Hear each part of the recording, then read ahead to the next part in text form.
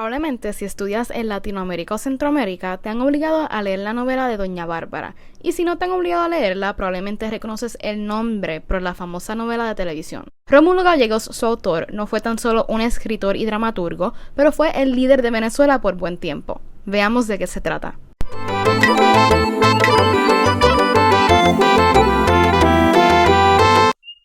Rómulo Ángel del Monte Carmelo Gallegos Freire nació en Caracas, Venezuela, el 2 de agosto de 1884. Sus padres eran Rita Freire Guruceaga y Rómulo Gallegos Oso.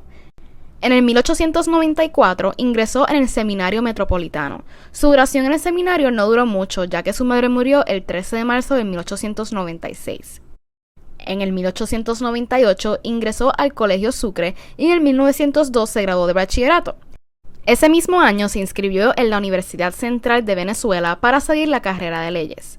3 años después abandonó la carrera y en el 1906 fue designado jefe de la estación de ferrocarril central en Caracas. Desde hace un tiempo, Rómulo Gallegos ya escribía. En el 1909, junto a otros compañeros que tenían la misma pasión por la escritura, fundó la revista La Alborada.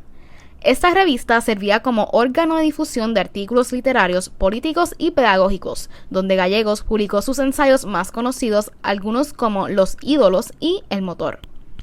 En el 1912 se casó con Teotiste Candelaria Arocha Egui.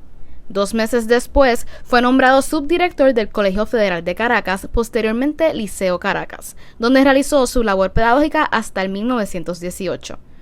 Luego pasó a ocupar la dirección de la Escuela Normal de Caracas. Gallego tenía varias obras escritas que estaban en producción y a la vez destruyó varias de sus obras que no había empezado. Casi ninguno de sus guiones se conserva.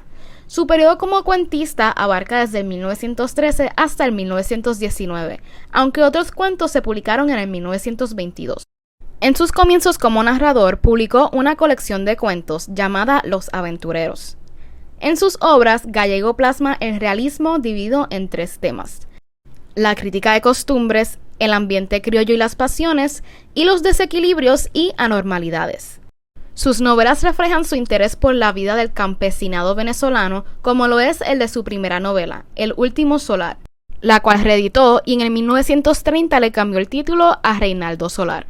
Es una historia de la decadencia de una familia aristocrática a través de su último representante.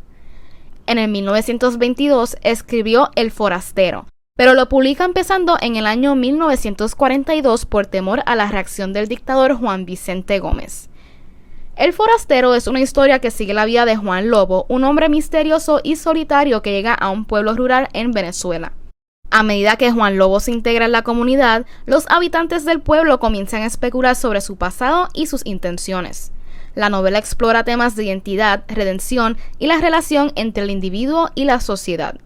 A través de la historia de Juan Lobo, Gallegos ofrece una reflexión sobre la naturaleza humana y la búsqueda de sentido en un mundo marcado por la soledad y alienación. Más adelante publicó La rebelión y la trepadora, tratando en ambas obras el problema del mestizaje, planteando como solución los matrimonios mixtos. Este mismo año volvió como director del Liceo de Caracas hasta el 1930. En el 1927 viajó a los llanos venezolanos para documentarlos y presentarlos en parte de su próxima novela, Doña Bárbara, publicada en el 1929. Doña Bárbara es una epopeya que tiene como escenario la llanura venezolana y refleja una Venezuela marcada por la crueldad, la corrupción y el despotismo, pero también muestra la presencia de una parte de la sociedad que conserva valores de bondad y esperanza. En el melodrama, el personaje de Santos Luzardo representa la resistencia frente a la dictadura, simboliza la lucha por la justicia y la libertad en un ambiente opresivo. Esta novela lo llevaría al reconocimiento público, denunciando aquella Venezuela cruel, corrupta, latifundista e injusta. Fue la más exitosa de sus obras. En el 1931, el dictador Juan Vicente Gómez nombró a Rómulo Gallegos senador como un gesto político para apaciguar la oposición y ganar legitimidad tanto nacional como internacional. Gallegos era una figura prominente en Venezuela y su presencia en el Senado podría mejorar la imagen del régimen de Gómez. Este suceso tomó un giro cuando Gallegos empezó a militar en oposición al dictador Juan Vicente Gómez. Más adelante, las convicciones democráticas lo hicieron renunciar al cargo y expatriarse en Nueva York ese mismo año. Al año siguiente, Rómulo Gallegos decidió irse a España y en el 1934 publicó Canta Claro, una novela de un cantante popular que recorre las aldeas y los campos, siguiendo su tema de las llanuras venezolanas. En el 1935 murió Vicente Gómez y Rómulo decidió regresar a Venezuela. Este mismo año publicó Canaima, donde se narra la existencia ruda de unos hacendados en las orillas del Orinoco. Rómulo Gallegos poco a poco abandonó la literatura para dedicarse a la política.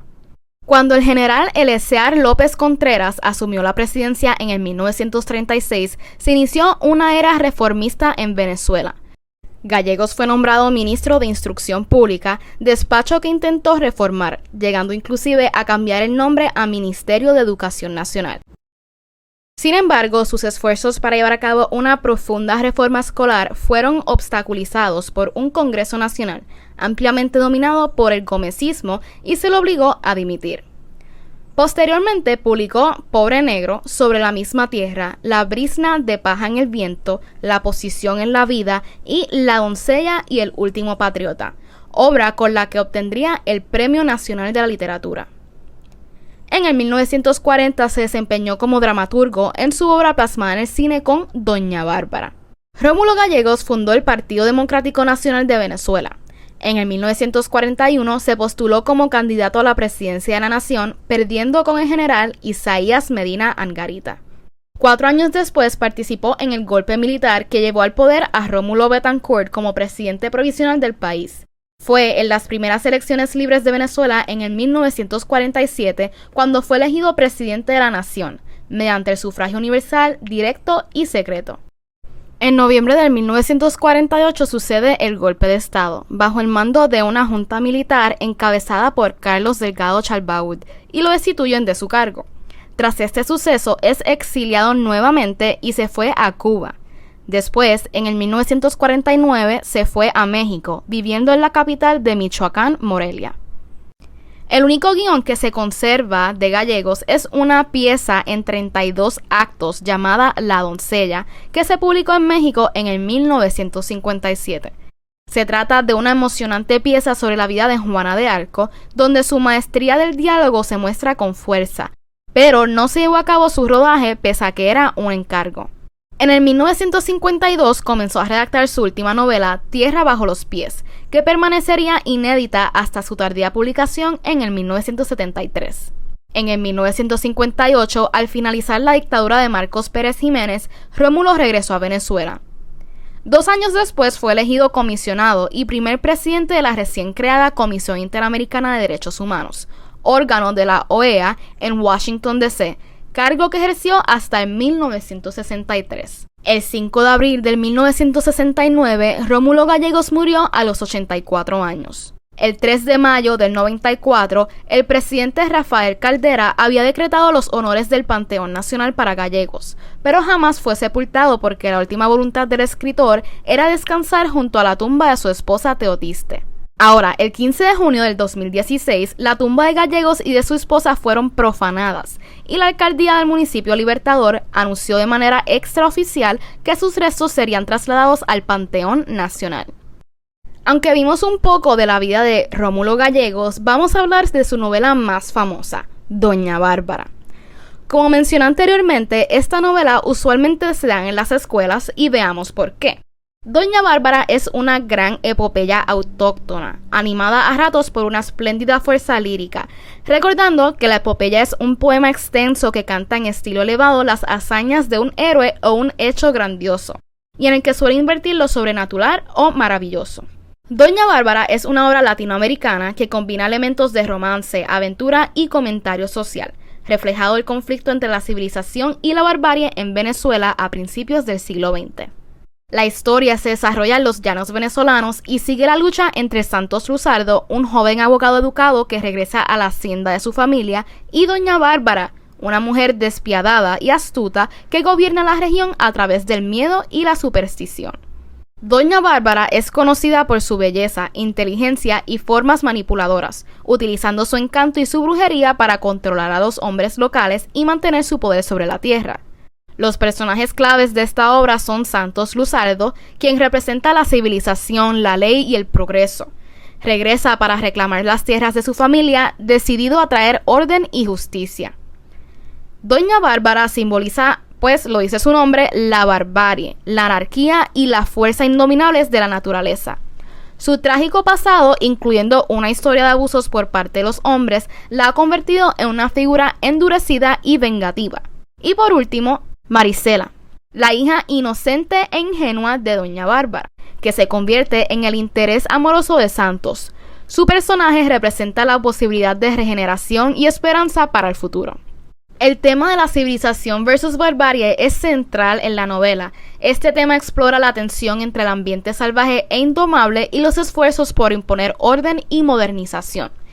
También lo que es el poder y la corrupción, porque el uso del miedo y la manipulación por parte de Doña Bárbara para mantener el control destaca la influencia corruptora del poder absoluto.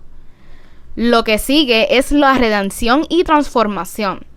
La transformación personal y social es clave en esta obra, particularmente a través de los personajes de Doña Bárbara y Marisela, porque representan el cambio necesario para superar el conflicto entre la civilización y la barbarie. No nos podemos olvidar de la naturaleza y la voluntad humana. La naturaleza profundiza en la relación entre los humanos y el mundo natural, representando los llanos como un paisaje tanto hermoso como brutal. La novela concluye con Santos Luzardo reclamando exitosamente sus tierras y trayendo un sentido de justicia y orden. Doña Bárbara reconoce su derrota, se retira al desierto y esto simboliza el gradual retroceso de la barbarie frente a la civilización. El romance entre Santos y Marisela sugiere esperanza para un futuro nuevo y más equilibrado. Y pues ahí tienen lo que fue esta gran epopeya de Doña Bárbara. ¿Cómo ustedes creen que se refleja esta historia en la sociedad que vimos hoy día? Además de Doña Bárbara ser una de las obras más importantes de Rómulo Gallegos, con ella se inicia una brillante época para toda la novelística sudamericana. Gallegos fue uno de los máximos representantes de la tendencia realista que subsistió en la narrativa hispanoamericana de las primeras décadas del siglo XX, periodo en que convivió con el desarrollo de la novela indigenista. Gracias por escuchar y recuerden que esto es Cultura.